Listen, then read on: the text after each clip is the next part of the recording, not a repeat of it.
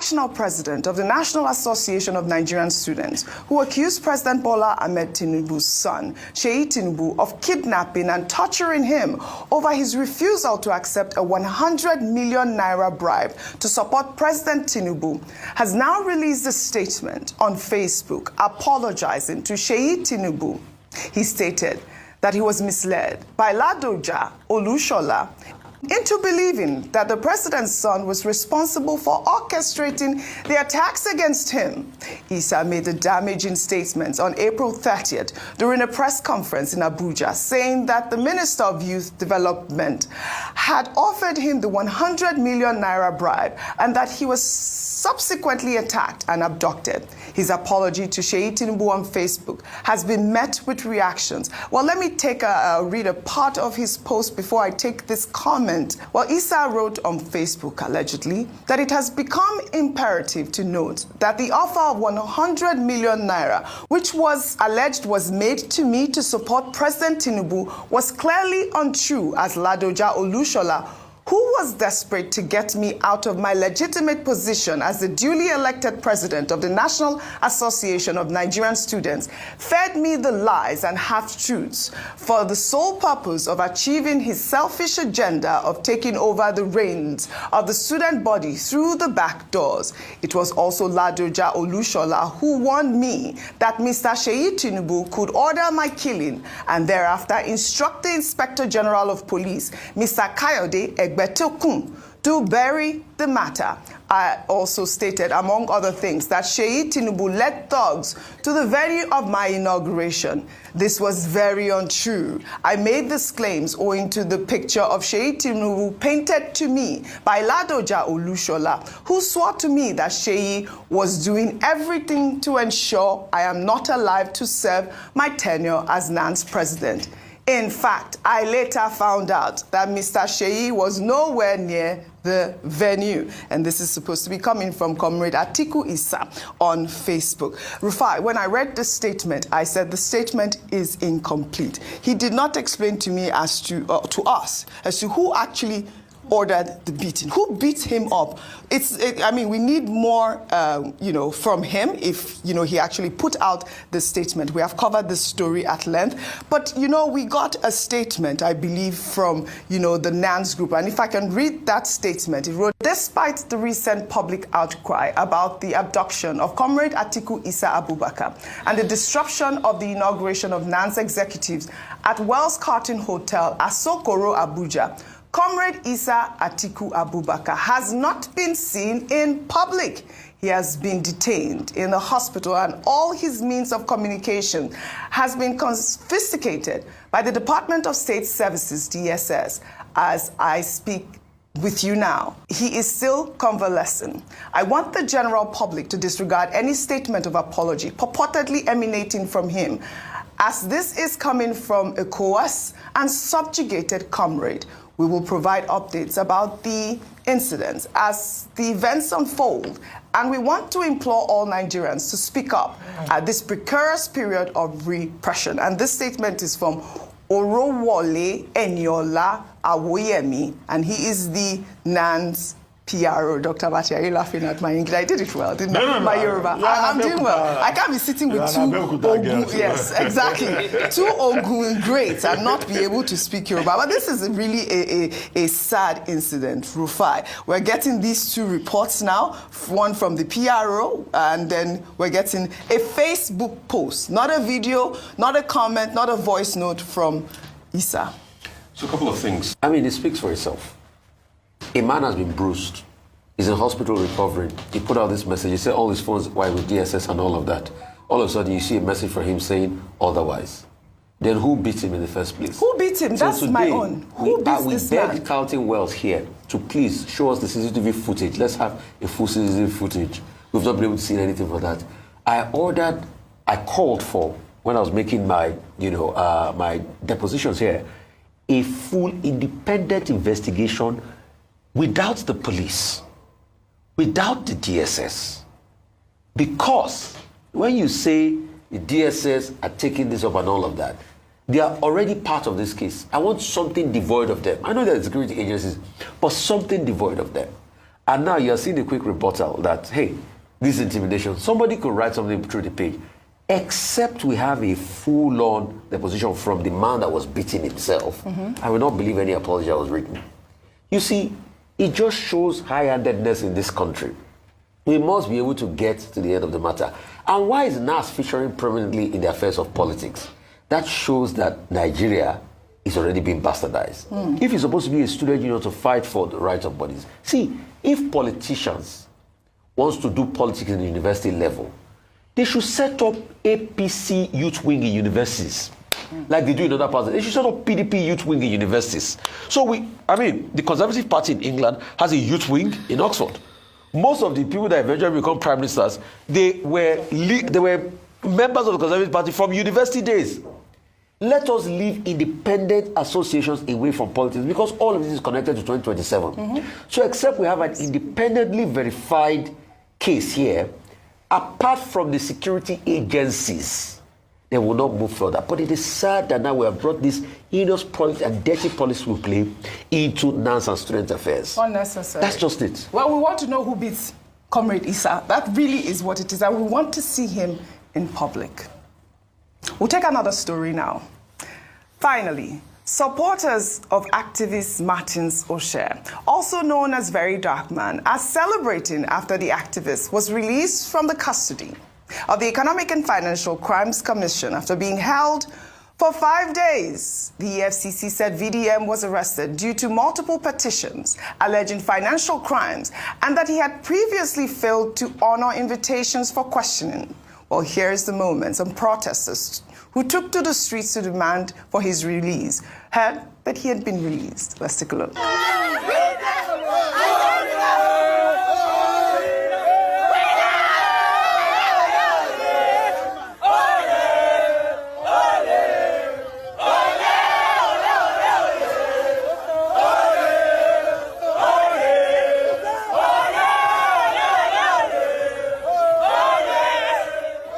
Well, all right. Good news there for the supporters of VDM. They're called the Rattels, just so you know. Did you know that? Yeah. I learned this yesterday. You learned it yesterday. They're called the Rattels. Yeah. Well, it's good that, the EFCC has listened and, they have released him, and we'll follow up on the story. And, yesterday we were having that conversation about how, horrible it is for the EFCC to have detained him without releasing a statement. They released him at this moment. Your comment. I think one of the major things that sticks out to me is sort of the culture of catch and release that we've developed. And so because of that, I'll say I think it's very important for us to be able to see this case reach its logical end. Absolutely. Because whether it be VDM or any other personality, there are so many cases sort of lingering in the EFCC where we see that people are arrested, they are detained and so forth, they are questioned, and then we never hear about it again, or it resurfaces much later. So the catch and release, for me, I would urge the EFCC, please, continue to carry us along in these cases and in your investigations, so that it doesn't seem as though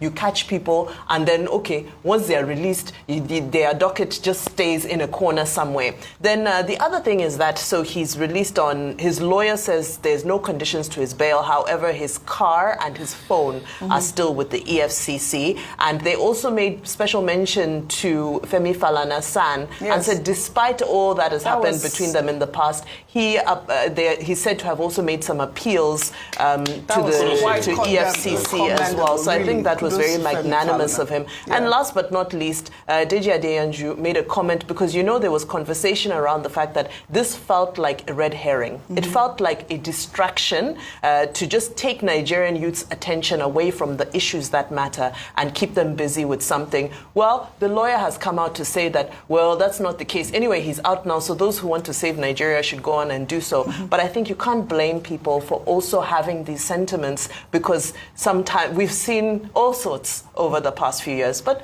happy he's home. Rufai, you wanted to make a comment? You see, the truth has to be said. I think we need to drum it into some people's heads. This matter is not about VDM. No, it really hasn't been. It's about the high-handedness in Nigeria that all of us can be a victim to one day. My boss that I cherish so much, Prince Oduka Obaegbana, will always tell the story of Franco Menka. Yeah. when Omenka was riding road shoulder everywhere. He had the power then. Was jailing a lot of media people. But when Omenka needed help, that same system that supported Omenka to commit atrocity, that system came for Omenka. All right. Pretty much reminds me of Father Nemola. First they came, for some people I didn't speak up for them. When it was time to speak, when they came for me, nobody was left to speak up. And that's why I salute Falana. Yeah. He did what a lot of people cannot do. Speak up. All right. Just say it the way it is. Until date, we are still waiting on the EFCC to please bring out those charges because we want accountability across board. Yes. A lot of people claim he said there's corruption in the EFCC. Yesterday I posted a picture. As at the days of Magu said that there are bad eggs in the EFCC. Yeah. They've always made allegations of bad eggs here and there.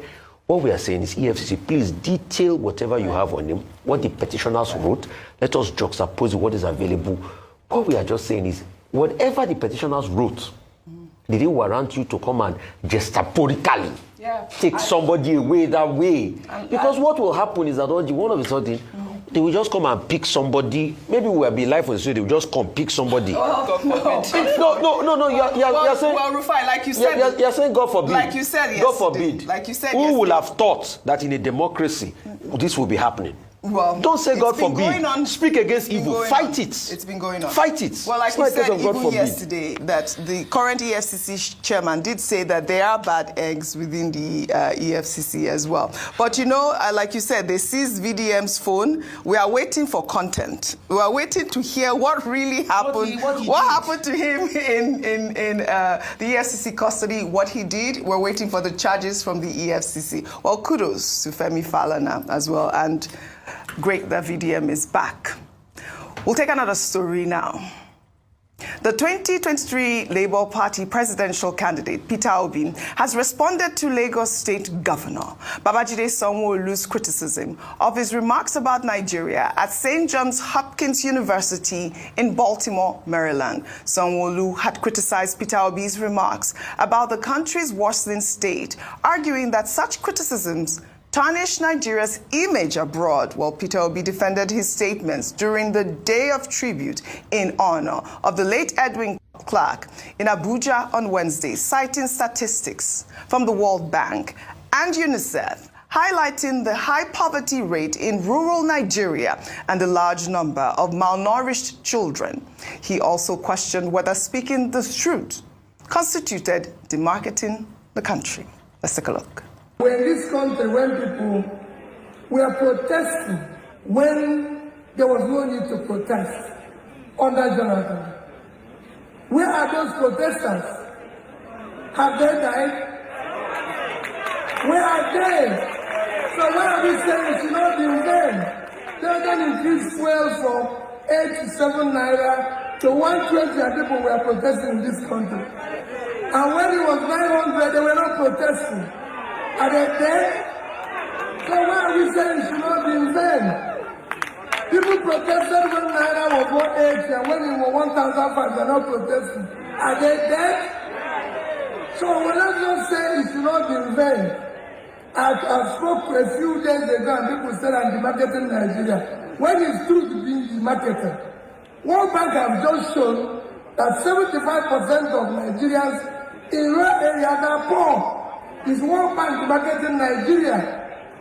UNICEF 2 days ago released that Nigeria now have over 2 million malnourished children, the second highest in the world. Are they marketing Nigeria? Let's face the reality. Their labor is in vain. We have a country now that is not democratic. We are not a democratic country. Let's tell ourselves the truth.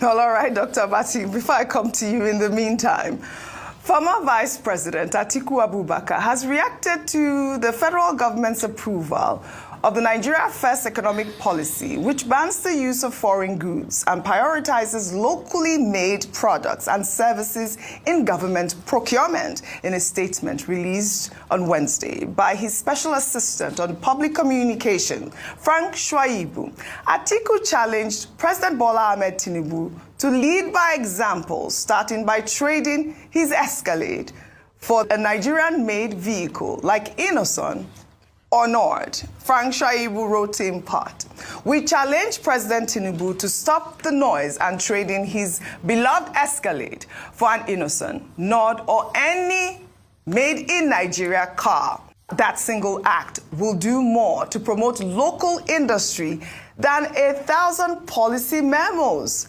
Let's see the ministers, those shameless Rolls-Royce connoisseurs, sweat it out in Nigeria-made vehicles too. Or is Nigeria first only for the masses?"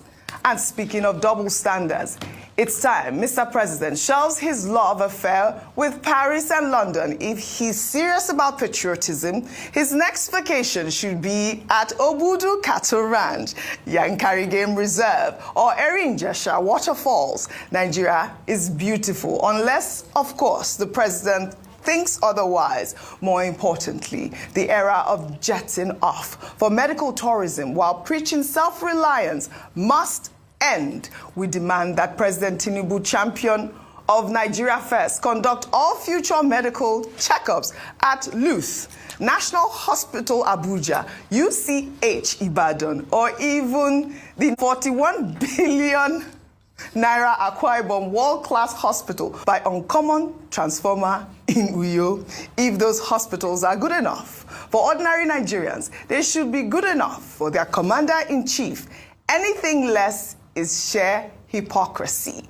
This government's addiction to foreign luxuries while demanding sacrifice from suffering Nigerians is the height of insincerity. True leadership isn't photo ops or sound bites. It's setting the tone by example. Nigeria deserves real commitment, not this never-ending charade.